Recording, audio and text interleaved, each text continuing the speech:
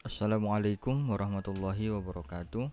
Alhamdulillahirabbil alamin. Assalatu wassalamu ala rasulillahi ajma'in. Amma ba'd.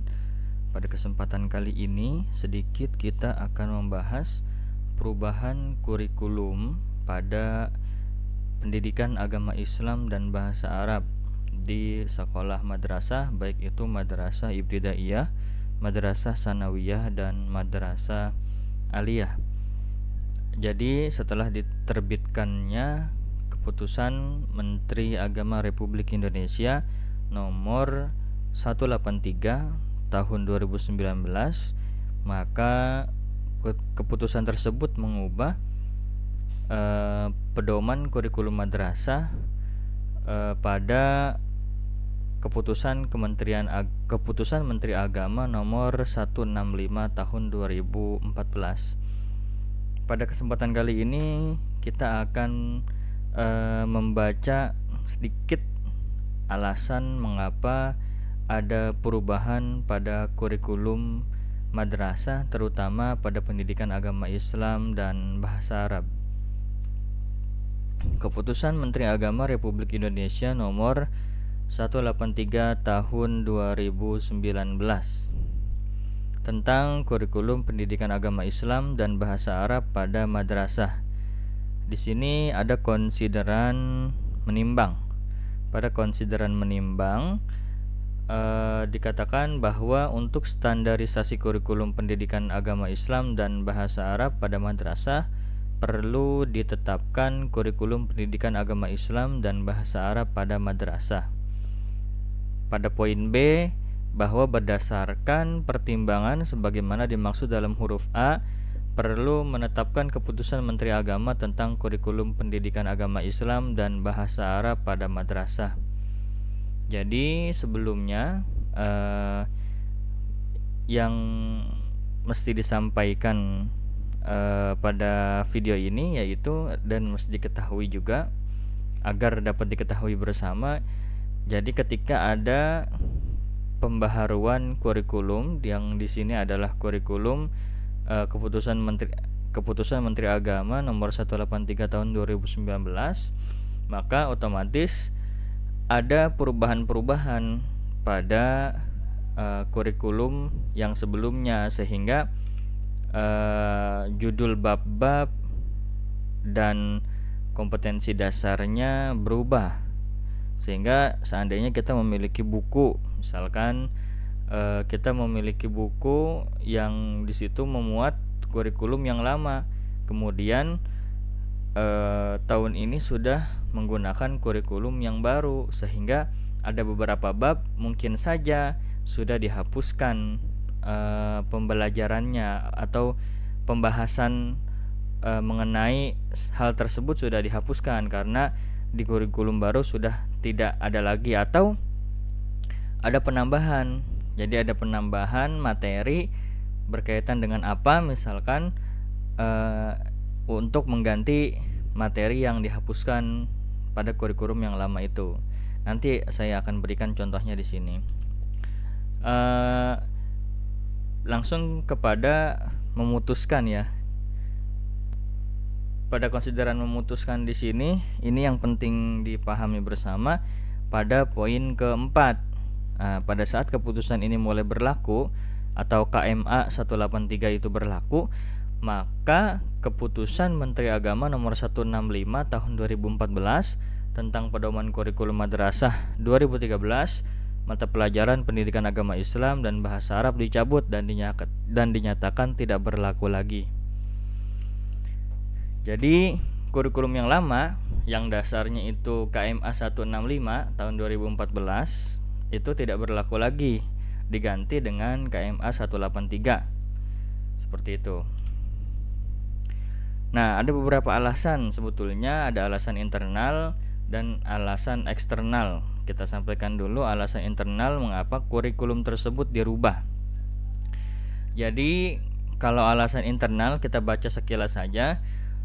Tantangan internal dalam mengembangkan kurikulum PAI adalah yang pertama, poin A, belum tercapainya secara masif tujuan pendidikan, khususnya beriman dan bertakwa kepada Tuhan Yang Maha Esa dan berakhlak mulia. B. Pembelajaran PAI secara umum masih pada tataran pengetahuan, belum menjadikan agama sebagai jalan hidup untuk menuntun peserta didik soleh spiritual dan soleh sosial. Nampaknya ini yang menjadi masalah, sehingga diterbitkannya KMA baru, keputusan Menteri Agama baru untuk mendorong atau lebih meningkatkan hal-hal yang sebelumnya belum tercapai, yang alasannya tadi sudah kita dengarkan bersama. Ini alasan internal dan masih ada beberapa alasan internal lainnya. Kemudian ada alasan eksternal, alasan dari luar.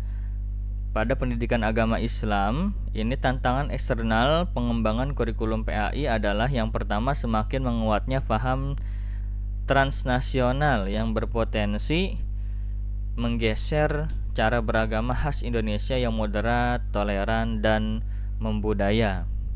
Karena itu, pengembangan kurikulum dan pembelajaran PAI harus berbasis kepada pembiasaan, pembudayaan, dan pemberdayaan untuk membentuk peradaban bangsa.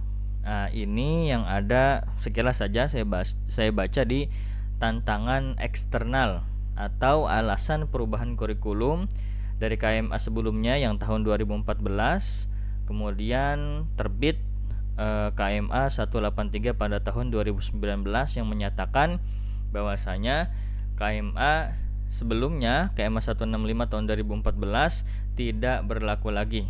Nah, di sini pada poin keempat tuh, tidak berlaku lagi, dinyatakan tidak berlaku lagi yang KMA 165 tahun 2014 karena sudah digantikan dengan KMA 183 tahun 2019.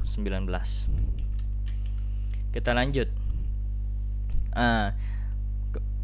Perubahan itu ada pada pembelajaran apa aja? Nah, keputusan Menteri Agama tahun 2019 nomor 183 tahun 2019 mengubah beberapa mata pelajaran yang menjadi rumpun ilmu dari pendidikan agama Islam atau PAI, seperti Al-Quran hadis. Peminatannya ada tafsir, ilmu tafsir, hadis, ilmu hadis, fikih, ada usul fikih, kemudian akidah akhlak, sejarah kebudayaan Islam. Kemudian pada mata pelajaran bahasa Arab, peminatannya nahwu, shorof, balaghah. Jadi nanti jangan kaget seandainya mungkin kita sering misalkan kakak kelasnya sekolah kelas 10, kemudian naik ke kelas 11. Nah, di kelas 11 bukunya ingin dipinjam. Nah, jadi adik kelasnya itu pengen meminjam aja bukunya dari kakak kelasnya untuk belajar di kelas 10 karena kakak kelasnya sudah naik kelas. Kok ada materi yang berbeda, atau kok ada materi yang di buku ini nggak ada. Nah, jadi jangan kaget karena KMA-nya sudah berubah, kurikulumnya sudah berubah dengan adanya atau dengan ditetapkannya keputusan Menteri Agama nomor 183 tahun 2019 tentang perubahan kurikulum tadi. Seperti itu. Namun di beberapa pelajaran memang perubahannya tidak signifikan, artinya perubahannya tidak total. Hanya ada misalkan satu bab atau satu kompetensi dasar yang dibuang, kemudian dimasukkan satu yang lainnya. Seperti itu. Nah, kita langsung saja ini untuk contohnya, untuk lebih memudahkan gambaran penjelasannya. Nah, contoh perubahan pada mata pelajaran Al-Quran hadis. Buku yang sesuai dengan KMA 165 tahun 2014 atau buku yang menggunakan KMA 165 tahun 2014 seperti contohnya yang ada di kiri sini. Ini buku siswa Al-Quran hadis. Kemudian buku KMA 183 tahun 2019 contohnya yang ada di kanan sini. Isinya sama atau beda? Nah, ada perbedaan. Ya, ada perbedaan isinya. Jadi ada satu materi yang itu ditiadakan dan ada satu materi yang baru dimasukkan. Artinya perubahannya tidak signifikan, tidak semuanya dirubah seperti itu. Apa contoh perubahannya pada buku KMA 165 tahun 2014? Kita lihat pada bab pertama KD pertama itu hidup berkah dengan menghormati dan mematuhi orang tua dan guru. Nah, di sini nih, semester 1 bab 1, hidup berkah dengan menghormati dan mematuhi orang tua dan guru. Ini bab 1. Pada bab kedua, hidup lebih damai dengan mujahadatun nafas, husnuzon dan ukhuwah. Ya, hidup lebih damai dengan mujahadatun nafas, husnuzon dan ukhuwah. Ini pada buku yang menggunakan kurikulum yang ditetapkan pada KMA 165 tahun 2014. Nah, perbedaannya apa dengan KMA atau Keputusan Menteri Agama tahun nomor 183 tahun 2019? Nah, di sini ada perbedaannya. Kalau tadi pertama itu pada bab pertama atau KD pertama, hormat dan patuh kepada orang tua dan guru. Ya, jadi hormat dan patuh kepada orang tua dan guru ada pada bab pertama atau menjadi KD yang pertama. Nah, kemudian hakikat penciptaan manusia ini nggak ada. Ya, hakikat penciptaan manusia nggak ada. Kalau kita lihat di semester 1 dan semester 2, hakikat penciptaan manusia nggak ada. Tidak ada. Jadi hakikat penciptaan manusia dimasukkan ke bab 1, sementara hormat dan patuh kepada orang tua turun menjadi bab 2. Dan ada bab yang dibuang dari KMA sebelumnya. Apa? Yaitu hidup lebih damai dengan mujahadatun nafas, husnuzon dan ukhuwah. Nah, ini dia yang dikeluarkan dari buku Al-Quran Hadis, dari kurikulum Al-Quran Hadis yang dari KMA 165 ini ditiadakan. Nah, kalau seperti ini seperti apa? Jadi kita butuh buku baru enggak? Ya enggak, artinya kalau memang perubahannya tidak signifikan, maka untuk kekurangan materi pada hak penciptaan manusia ini bisa dicari oleh guru saja sebetulnya. Jadi guru mencari atau membuat perangkat pembelajaran atau membuat media pembelajaran yang isinya sesuai dengan kompetensi dasar yang ada pada bab 1 ini, hakikat penciptaan manusia. Cukup mencari satu ini saja, kemudian disampaikan kepada para muridnya seperti itu. Nah, ini yang berkaitan dengan adanya perubahan. Jadi ini harus dipahami ketika kok saya masih pakai buku yang lama gitu kan. Tapi jangan khawatir, karena meskipun buku tersebut menggunakan Keputusan Menteri Agama 165 ya, 165 tahun 2014, namun perubahannya tidak signifikan sehingga bukunya masih sangat layak untuk dipakai, apalagi hanya 1 KD saja. Ini khusus untuk pelajaran Al-Quran Hadis. Jadi khusus untuk pelajaran Al-Quran Hadis, perubahannya tidak signifikan, tidak dirombak total, kompetensi dasarnya. Jadi materi-materinya masih sama, namun ada 1 bab yang itu dikesampingkan, dibuang, kemudian dimasukkan 1 bab baru, yaitu hakikat penciptaan manusia.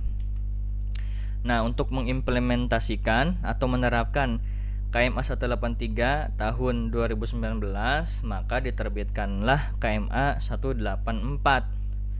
Nah, KMA 184 ini adalah pedoman implementasi, pedoman cara menggunakan Keputusan Menteri Agama yang berkaitan dengan kurikulum pada madrasah, yaitu KMA 183. Nah, yang isinya tidak lain adalah, misalkan ini contoh, ada implementasi KMA 183 tahun 2019 dengan KMA 184. Ini isi dari KMA 184. Nah, pada kurikulum implementasi kurikulum madrasah aliyah, struktur kurikulum madrasah aliyah, peminatan MIPA meliputi pendidikan agama Islam, Al-Quran Hadis. Untuk MIPA itu kelas 10-nya 2 jam. Kemudian alokasi waktu pekannya ya. Alokasi waktu per pekan ini di sini kita bisa lihat. Kemudian untuk kelas 11-nya 2 jam, untuk kelas 12-nya 2 jam. Nah, jadi mungkin ini untuk guru, untuk bagian kurikulum, bagaimana nih cara mengimplementasikan, menerapkan kurikulum baru KMA 1 yang ada pada KMA 183. Maka tinggal melihat di KMA 184 karena di situ sudah ada diterangkan bagaimana cara menerapkan atau cara mengimplementasikan KMA atau keputusan Menteri Agama berkaitan dengan perubahan kurikulum, yaitu KMA 183.